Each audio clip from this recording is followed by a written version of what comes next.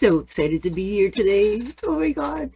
We can talk about the news now. Last week I was like just jumping in my seat there, holding on to all this news, and I am so excited. Oh my God. You want to see it? You want to see it? This is what we're going to be doing. My little chickadee, I turned it into a holiday festive sort of. Still great for, any season if you like to add some pine needles and some berries.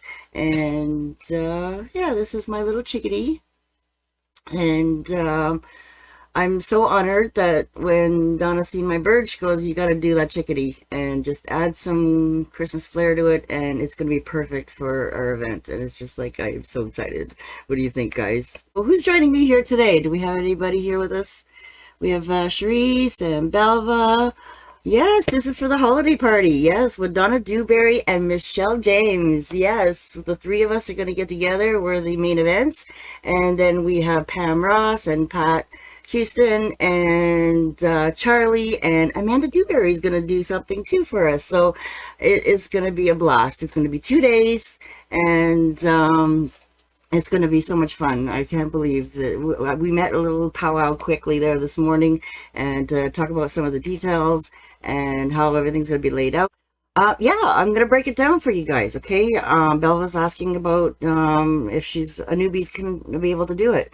With the one-stroke technique, I'm telling you, there's so many tricks, and everything looks harder than it is. It's really deceiving sometimes, and it's just learning how to double load your brush and putting some pressure down on it and then flicking it out. So with my particular chickadee project, there's a lot of chisel work, right? So it's going to be very repetitive and very easy, and I've got the pattern there for you two to start you off and get it all laid out. And I originally did my first one in the pure paints that are like an oil paint, heavy body. And then when Donna asked me about this, I'm like, yeah, sure, I'm game. So I recreated this all with the multi-surface paint. And so, yeah, thicket or bright green is what I used a lot in here. So I did use some of the newer colors.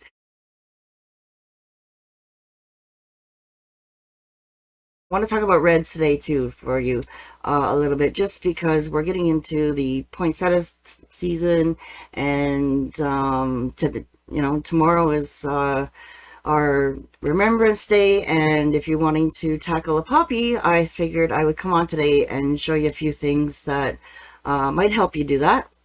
Especially when we're shading with red. So red is definitely one of our hardest colors to shade with.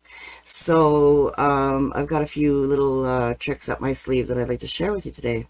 I was playing around. I'm in the midst of creating actually a practice course just on the poppy. And if you guys know me at all, by the way, I didn't introduce myself to you guys that are new to my group. My name is Mandy Cision. My original name, like my given name, is Amanda. But with Amanda Dewberry, it was funny how many times I get tagged with her stuff. You think you're talking to Amanda Dewberry, and I get tagged. And then I have some other friends that are named Amanda, and I'm like, I've been named Amanda all my life. My mother's always called me Mandy. All my friends call me Mandy. So Facebook allowed me to change it to Mandy. So Mandy is my name. Cision, well, that's my last name. It's my married name, just to give you guys a little insight on my last name, because it was so funny, Donna having a hard time with my last name. And then through the years, I've been, people are like, you're such a perfectionist, Precision Cision, I got the nickname. And then it was like, Precision Cision couldn't make a decision. Because I can paint on anything. I just can't decide some days on what I'm going to paint on, what I'm going to paint. There's so many ideas and things that we can create is just endless. So sometimes, yes, I have a hard time making a decision. So I hope that you guys are enjoying, my new life. I'm pushing myself to get out of my comfort zone, and I hope you guys are going to push yourselves out of your comfort zone. Jump on my boot camp if you're having any problems with the stroke work. We are dissecting them. Like I said, if you know me by now, when I see something, I want to dissect it. How do I do that? Why does it work like that? What is it that I got to get before I understand the process?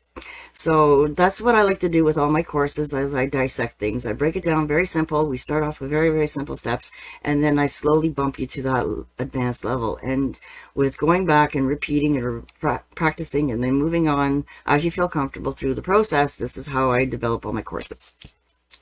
Alrighty, so I'm going to just show you down here on, I took a quick picture before the live today, and I was playing around with some ideas for our course, for my practice sheets for you guys to print out. And definitely these are some advanced strokes here, playing around, layering them. And you can see just by some of my examples, I was using some different colors to play around with my reds. And for the traditional thing, Remembrance Day poppy, we tend to go with the reds. And I have some beautiful poppies in my garden, and they're really light and white and lots of pinks and purples. And, you know, poppies can really be any color. You know, you can fool around with poppies any time of the year.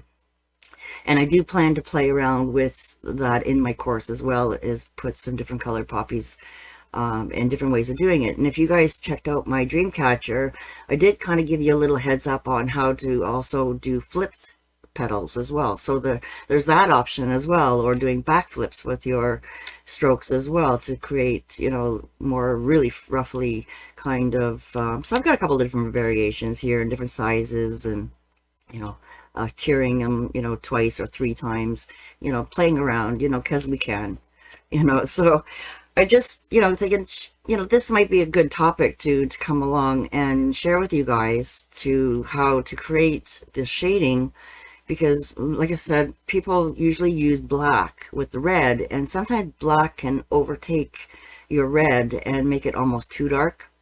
And then you want that center with the black to pop out. So we're looking for a little bit more softer shade of black in the background to have that gradient go on with your red. And then, of course, if we add white with our red, we end up with pink. Okay, so I want to talk a little bit more about, you know, why I use yellow as a highlight color, and, you know, that comfort zone of where, you know, you'll see some of them are a little brighter red than others. Okay, some are almost too yellow. Okay, so, you know, you got to find that balance of adding just a tiny little bit of yellow just to brighten up things. I love combining colors and making new colors and blending when I don't have the colors. Thank you so much for coming and checking it out, and paint a quick poppy with me today. Alrighty, so what I want to share with you is we have our traditional red that has always been around, is our engine red, and it's a wonderful red. Okay, but for poppies, sometimes I like to use a little brighter red, so I'll use a apple red. Here, let's show you down here. Okay, and then there's a new one out that's really nice too, is a Cardinal Red, and that's actually what I popped in my holiday cardinal. And the berries is the Cardinal Red. So you guys need any colors, I'm giving you some little bit of heads up here. And then we have our berry wine. Okay, so when you mix berry wine and engine red together, you don't get a lot of extremes, right? So it's forcing you to add a little bit of yellow in there, or a little bit of white in there to get a little bit brighter so that you can see that darker color. Okay, so I have another little trick that I want to show you guys that I do with my red. So get some paint out there, right guys? So I'll add a little bit of apple red, and I'm going to show you with the berry wine. There's a little hard spot that came out with that one. And I'm also going to pop out a little bit of moon yellow. Okay, so sometimes I like that darker, rich yellow. If you only have daffodil, then I would add just a titch of a little bit of your engine red into it, and that'll help to warm it up, but just a little titch. And then with it, you can use the lime green or the citrus green. Okay, just a little tiny bit of that. And then I'm going to play around with some thicket. And I like thicket because it's not as dark as sap. Okay, for this trick. If you like sap or only have sap, sap will work definitely for you as well. But I don't want to darken it too much, and I don't want it to go too muddy. Have just a little bit of depth in there. Okay, so I went and painted on shiny paper. I bought a pack by accident. It's kind of cool in a way. Want to do some really pretty cards. I got this one actually at Walmart, I believe. This definitely could make some really pretty cards with it. Says the season is coming up, guys. Is it smooth to paint on? The cardstock, the shiny stuff? Yeah, actually it is. It doesn't seem to be as dry as our other cardstock. It's got a tiny little bit of slip to it.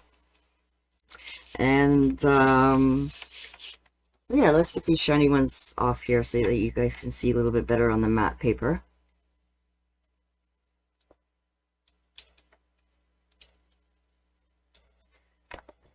Alrighty. And just to warm up, I'm just going to use my big 3/4 just so you guys can see really good. Alrighty. So first, I just dampened my brush very slightly, and I want to make sure that I have all the water out of it. Okay, so if you need a little bit more slip, we'll add a little bit of a floating medium here on the side. Okay, because working on cardstock, a lot of times you will get that little bit of resistance as opposed to playing on wax paper or the plastic sheets. All right, so normally we would go to a berry wine in our red, and we can get a little bit of depth. Okay, but the inner side of the petal of a poppy is definitely a little bit more darker than the berry wine. Okay, this would be pretty for your poinsettias for sure. And you'll see that the apple red is definitely more translucent color. And sometimes you do have to do 2 strokes. Let it dry and repeat that stroke just to get a little bit more coverage. Okay. So we have, I'm just going to do a couple of just warm up gradients here for you guys. Show you some different colors. Okay, so I'm just going to help it along a little bit and press that in there. Okay, so there's not a lot of depth in there, right? When we're usually playing with a lot of white. Okay, so what I like to do is in this mix, just that tiniest amount of thicket in with the berry wine. Okay. And then I'll show you again that it comes out a lot darker. Just a little bit more paint or berry wine. And you can play with this blend, okay, to get a nice dark color and have that nice bright richness of the apple red. Okay, you see the depth in there now, and it still has that little bit of berry wine darkness to it. Okay, so that's how I make my richness of the darkness there. Okay, so when you do shell strokes to create your poppies, when you buy them, they're usually done very simply, you know, little plastic ones you put on your sleeve or your chest. A lot of times you'll see them, they're definitely 4 petals in a lot of them. And your simple kind of one, right? So you're giving yourself that illusion of, okay, so I'm just playing here, guys, okay, just to break it down in science for you. Okay, so you've got your 4, and this is what helps too to, you know, give it that poppy look, your traditional Remembrance Day poppy, right? And if you just want to lay down placement, I'm just going to scoop up some of this good red here, right? And then go inside it and do some smooth strokes, just simple U strokes. Okay, just to give you a very simple. And I would just flip-flop the corner of my brush and just color that right in there. Okay, and that gives you like a very, very simple one, okay? But of course, us that have been playing around with our shell strokes, okay, so in my intro program that I've been talking about, guys, my complete program, the shell stroke course number 5 is loaded, okay, guys? There's actually 5 different shell strokes out there that you can create, and there's different reasons why you want to create one or the other, to be able to have a looser petal to a tighter flower petal look. You know, there's so many different ways, and I talk about it all in my program, guys, okay? So when you're doing a poppy, you know, usually you have a bigger center area. Okay, so you can always just draw out a simple little center just to guide you so that you're going to stay focused. And just like a lot of our flowers, you know, you can put or 5 if you want. Okay, so again, sometimes I like to just do a coat that's not too difficult, right, just to get it in there so I get the coverage. And then a lot of times I'll go back over it and then define it. So I just want to get placement and almost back base coating a little tiny bit. Okay, so again, you can do a 5, right, and just see how big do you want them, because you can always change things from this point right here. Okay, so again, we're just base coating and just kind of simply mapping out how big we want them and how round we want them. And of course, there's going to be different ways of doing it too, and that's what I plan to put in my poppy courses, you know, the ones that are directed this way and that way. And definitely, you know, there's so many different ways of playing around with it. Okay, so now that I know the size, now I'm going to add a little bit more flair to it. Okay, I need a little bit more floating medium. And then if you want to add more of a bumpy stroke, and what we're doing is we're going to leave it a little bit open. Okay, so a lot of our shell strokes are done with a pivot point, okay, in mind. So to be able to get around that circle good, you want to have an open shell. Okay, so I'm trying to create my dark color, add more, make lots of red, okay, and then go over it. So it's just a soft, bumpy look. Okay, and I like to make, if you're going to do different tiers, then you definitely want to, you know, have the back tier a lot darker than the front ones. Okay. And then, depending on which way it's easier for you, you can go this way or that way. I find this way. Oh, and hopefully my head wasn't in the way. If I'm doing a left-handed stroke, sometimes it's a little harder, so I got to get my shoulder over it. So if I'm getting my shoulder in it, then you guys are seeing my head. Okay, so this one here I'll show you again. Okay, try to keep my head out of the way. Maybe I'll have to move my camera a little bit more in.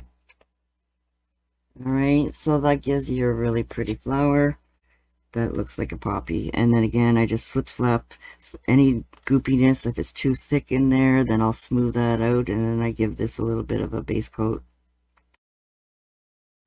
So yeah, this is how I do it, and then I will do a bunch of different ones and different ways of flipping them. And you'll see on this one, I was just getting some ideas. You know, usually poppies are really crazy, curly, different stems on them, and then when they die, they look just like that. So I have a couple just coming out of bloom, and then full bloom, and then after they die off. So I'm going to have all those different poppies in the course for you guys, and the leaves, how I do them, and different ways, different angles, and different ways of doing the centers. Okay, so as this is starting to dry, you can definitely start to pounce in your center. What do you do if you have paint bottle with thick paint inside? I bought a brand new moon yellow and it's very thick. Definitely, depending on how thick it is, I do have a couple hacks that I made now. There's two hacks, two ways I play around with thinning out my paint, Melinda. Have you seen them yet? Definitely floating medium is going to be your trick. And sometimes what I do is, I'll show you back down here, is if I have a really thick one, then I will pre-wet it, put a little floating medium in it, and pre-wet it. So then that way when I need it, it's at the consistency that I need. Does that help with that question?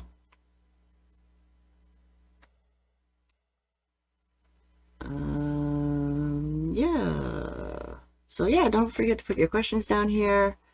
And I'd love to see your poppies, guys, that you create. So what I also do as well is I add a little bit of black. Just a little tiny pea. And a little bit of white. And if you really want to get into detail, you could always, you know, do like tiny little crisscrosses all around. But depending on what you're painting on, a lot of them are really small. And oh, wait a minute. I have poppies to show you guys right here. On my t-shirt. I don't know if you can see the little details. All right, so Donna's done some little poppies on our t-shirts here. And again, with the whites and the different colors, right? So, like I said, poppies can be very simple, one layer, right? And you guys want to see how I lighten them up too, right? All right, so just going to dry out my brush here again, because I stuck it in the water by accident, and reload this area here. Put in some berry wine again, wake it up a little bit again. Now I'm going to add just a titch of yellow. Okay. So you'll see over here is a little brighter, almost orangey red, very warm red, very warm orange, I should say. Okay, so inch it just a little bit at a time. Okay, so maybe I want it a little bit brighter, just a very smidgen. Okay, so this is going to be the trick to really focus on the amount of red and yellow that you need. Okay, and squish this all together, blend it really good so that I get that nice smooth light color, so it gives you lots of paint to play with here, and it's that right color that you're looking for. Okay, and then if you still want to add a little tiny bit of highlight, I'm right at the top of my page there, then definitely you're going to add just that little tiny bit of a tip and then go over it again. Okay.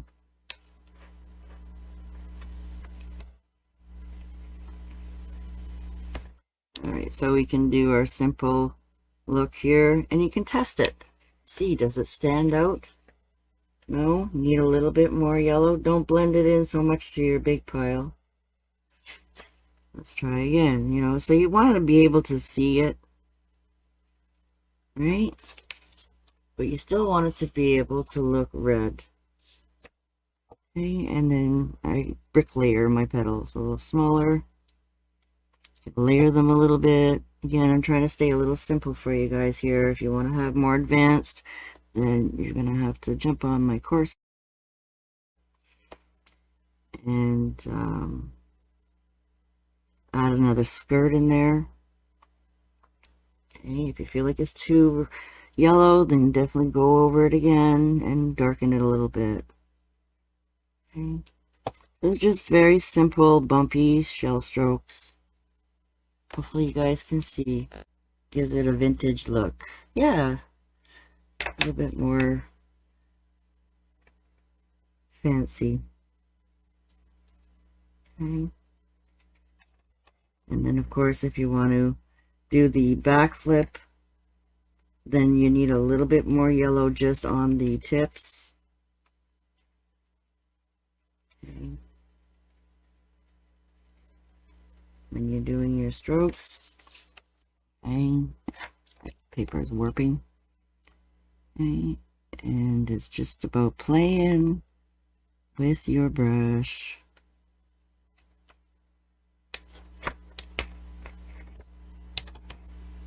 Alrighty. Wet. It's hard to see, right? Let's see if I can hold the paper here a little bit differently.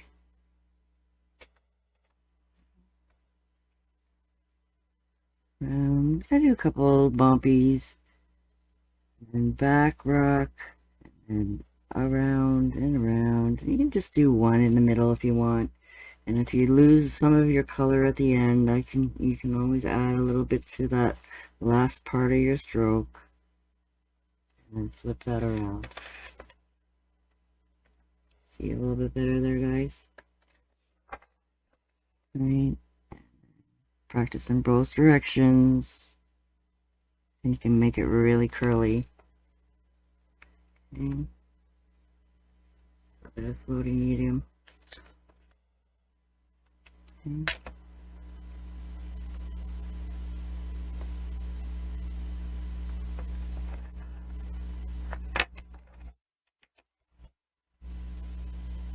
Get it a little bit brighter so you guys can see it. Okay, so this is definitely a little bit too yellow. Maybe you guys can see a little better. Right, the little curlies that I'm making. Okay, let's tone that down a little bit.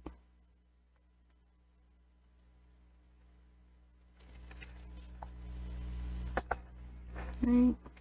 Always go over it again, guys. You never have to worry about that. Okay. But I do like more of a darker, orangier look. Okay, so this just looks like a highlighted red. And it'll show a lot better. Okay. I play around. Just make them really loose and curly looking. Okay. And you can do, you know, again, your back a little bit more plain, or you can curl both layers, make them really, really really curly. Right. So what I like to do first is get a little bit of bright green in there. Right, just to get a little bit. I usually let this dry a little bit so it won't be so muddy. And then we're going to pick up a little bit of, I'm using my scruffy now, guys, my little small one in the complete set. And picking up just a little bit of black and white, pounce it on my plate just to get her working. Too much black, take some out. Okay, so but the first thing I want to do is just start adding some black in my around all my center. Okay, and I'm just tipping my brush back a little bit so that it's only getting the black part that's done. Okay, then I'm going to go pick up a little bit of fresh white, and I'm going to just speckle that, and you have to go and pick up a little bit of fresh white every once in a while, and work your way around, and don't touch the same area twice too many times, because then it'll start making it muddy.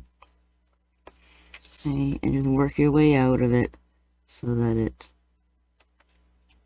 you can work your way around. Okay, so I'm a little bit heavy there. You can always go back in with a little tiny bit of black and darken any areas. Alrighty. So then when I'm done my center, then I'm going to go in and do a quick little extra little details. And what I like to do is pick up a little bit of citrus and white. And when I have anything smaller than 8 guys, like a size 6 like this, I like to do my loading a little bit different. This is how we did it in the nail industry. We always did side to side.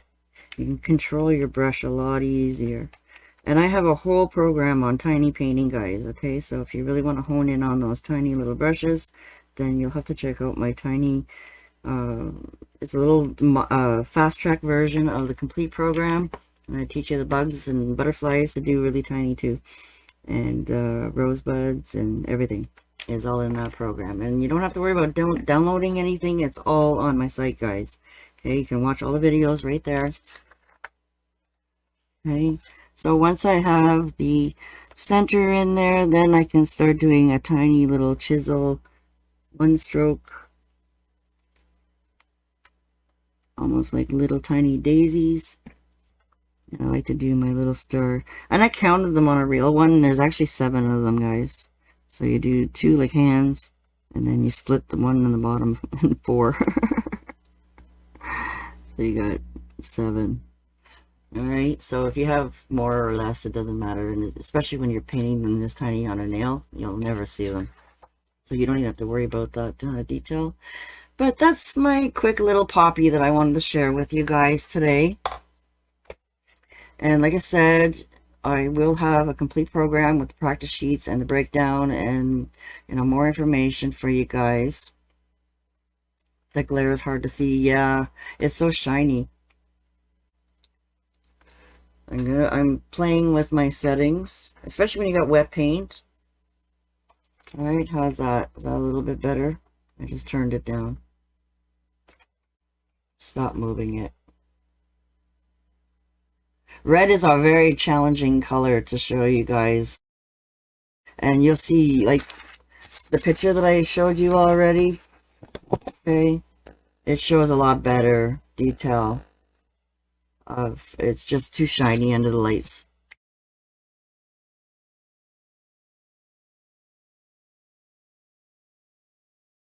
You guys got the gist of it all? But we're getting better, guys. We're getting better, okay? I've come a long way. If you've known me over a year, definitely I have learned a lot on doing these videos, and now I'm pushing myself to learn live. So thank you for being in here and hanging out with me. If you have specific questions and you just want to cover a couple things with me private, I do have an option for you to go on my site and book some Zoom time with me private one-on-one, and I'll send you that recording as well. So you'll be able to remember all the questions that you asked and things I showed you. You'll be able to keep that recording as well. But I hope you're going to jump on all my projects that I have pre-recorded and join us for my holiday chickie